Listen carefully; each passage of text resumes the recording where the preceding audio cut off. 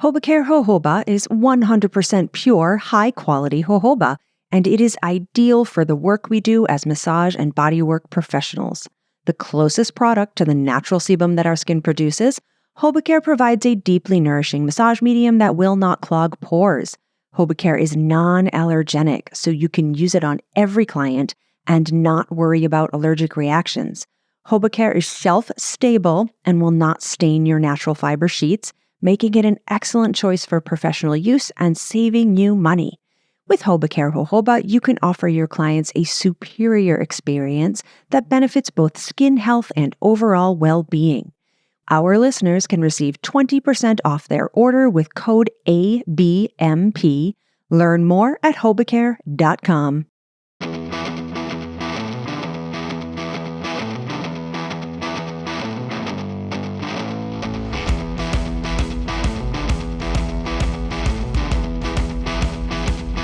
Welcome to Business or Pressure, taking the pain out of massage business with me, Allissa Haines. This is your no-nonsense guide to building a happy, sustainable massage therapy business. It's our mission to make sure every massage therapist has the tools to make a living wage in a thriving business. So let's jump in. Today, our topic is dual relationships. I love this topic. I love this topic because people have feelings in a very deep way about it, or they have no feelings at all about it. What I think and what I say about dual relationships is how I feel about dual relationships and how to handle them within your business. You might feel differently. All I want to do here is give people things to think about should dual relationship issues be an issue in your massage business. Let's lay a little foundation here. Massage is a business. It's also a really personal business. And when we start out and in school, a lot of our practice is done on people that we know from our personal lives. And when we start and grow our businesses, many of our clients are people we know from other areas of our lives.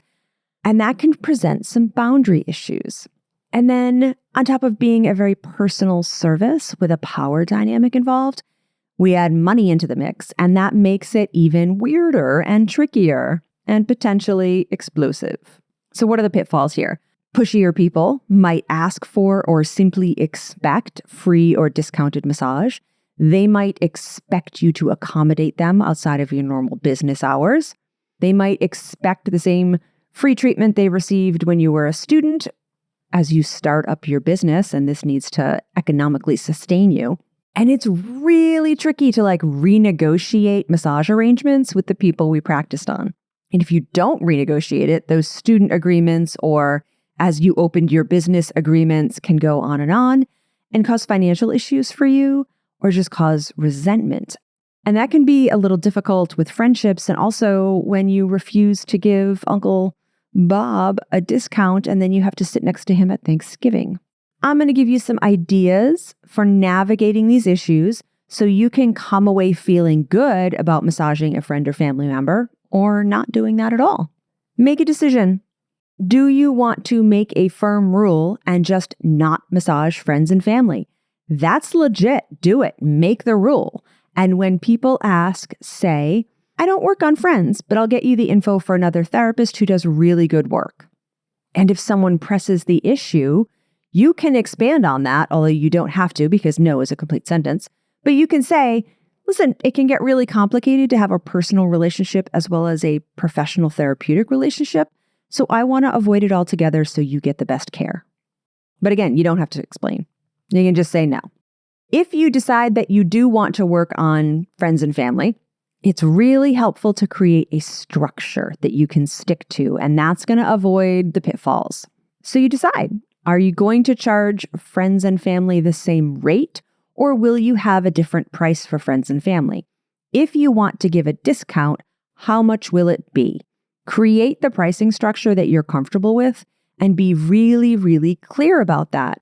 As long as you stick pretty close to it, that's great. There's not a boundary issue there if you've got a system and if the person you're working with is also comfortable with that system.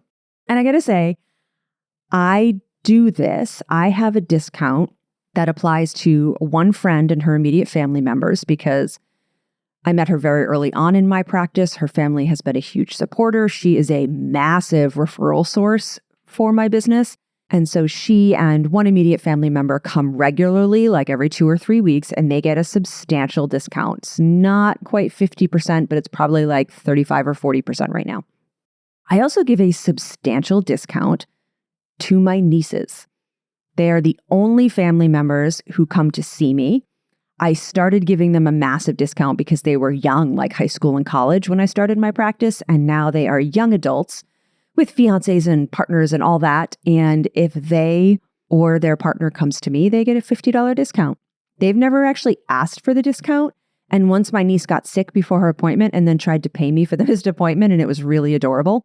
But creating that structure, making that decision, especially ahead of time if you can, but we'll talk about how to switch up situations if you need to. Having that structure in place and that decision pre-made, and even having that coupon code or whatever you need to reduce the price programmed into your scheduling system makes it super easy. Because that decision is made, it's easy to apply the discount without having to think about what it is. Practice your scripts.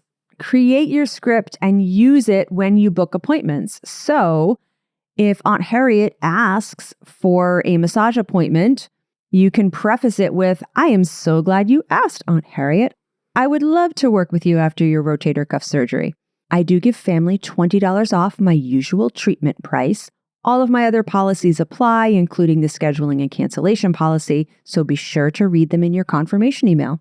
You do that verbally, you do that in writing, maybe when you email her the link to your scheduling page, and then it's done. But have that script, write it down, say it out loud, put it in the notes of your phone so you can reference it.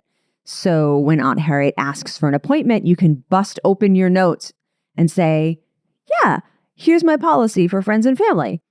And then email her the link to your scheduling page with that written in. Now, what if you have been making all kinds of exceptions and offering all kinds of discounts to people that you know in various parts of your life, or just clients you've had long-term that you give special offers and you want to make some changes?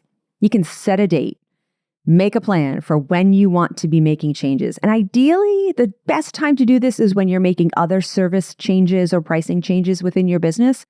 That might help you feel a little less awkward about approaching the topic. And you would inform your loved ones the same way you inform your clients of change. You just be proactive and clear. And I say just, but I also know how hard that is.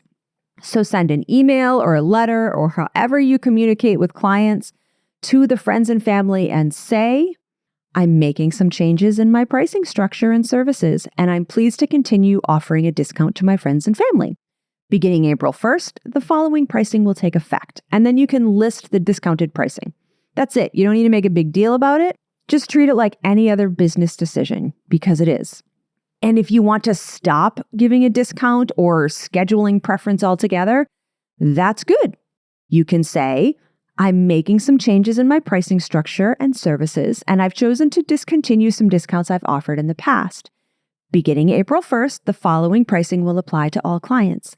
And then list your prices. If you have people who come in regularly, you can do this verbally at their upcoming appointment, or on the phone when they call to book their next one, or via email or text, or however you do it. So what if people hassle you about this? Again, helps to have some scripts pre-written and in your head and in the notes on your phone if your memory is terrible like mine. You can say, "I'm sorry, I don't offer special pricing for this situation." If you're feeling like you're getting pushed or guilted around by an assertive relative or friend, stand your ground.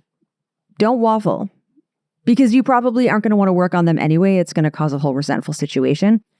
Many people don't understand the logistics and the finances of running a small business.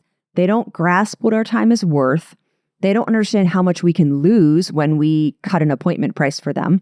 So this is a really good chance to sympathize and educate while keeping it brief.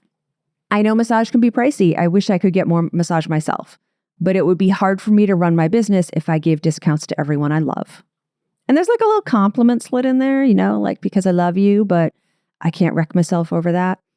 With an especially pushy person, it can help to be really blunt. "This is my job. I am well trained and skilled, and it's how I earn my living. I know you don't mean to be disrespectful, but that's what you're doing when you try to pressure me into giving you a massage for free." You don't want a massage from me if I'm resentful about giving you a discount. It would be a terrible massage. And then stop talking and let that stand for itself.